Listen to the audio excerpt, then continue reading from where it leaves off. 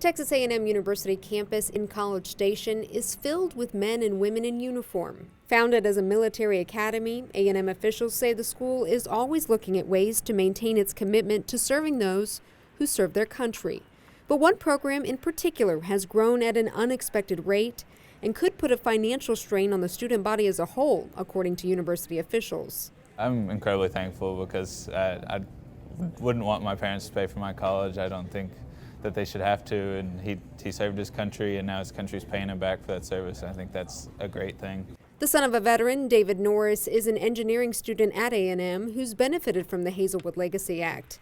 Established in 2009, the program allows veterans who qualify for free tuition through the Hazlewood Act to transfer up to 150 unused credit hours to a child. Enrollment has since skyrocketed to more than 18,000 students statewide receiving the exemption. The costs for universities then have also skyrocketed, some 621%, according to the Texas Veterans Commission, from around $25 million to $178 million. At A&M alone, where more than 2,000 Aggies benefit from Hazlewood, it spends the most on the program in the state. The price tags jumped from a couple $100,000 prior to 2009 to more than $18 million last year. If we took the amount of revenue that we're collecting from Hazlewood and think about that in the context of all the other students having to cover that cost, it's $365 per student on our campus. A&M hasn't had to raise tuition and fees to compensate for the cost of the Hazlewood Legacy Act yet. But Pettibon, who oversees financial aid services and scholarships for the university, will be among those testifying here at the Capitol Tuesday about the impact the program is having on A&M's bottom line and ways it can better share in the cost with the state. I think that we, as the legislature, bear the burden of the promise that we made veterans. Attempts to limit one of the most generous education benefits in the country as a way to alleviate some of the financial burden imposed on schools went nowhere last session.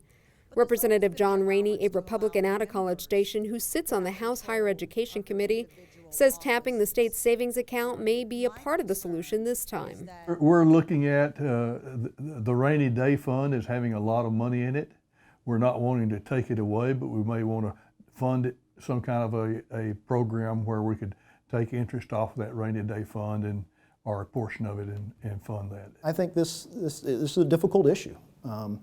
Texas A&M University, like I said from the beginning, is an institution that has a long history of support for the military, support for veterans, and our ultimate concern is how do we make sure that we have a program that is sustainable for the future for those students as well as for other students attending Texas A&M. That's the task at hand for the legislature and the universities going into next session.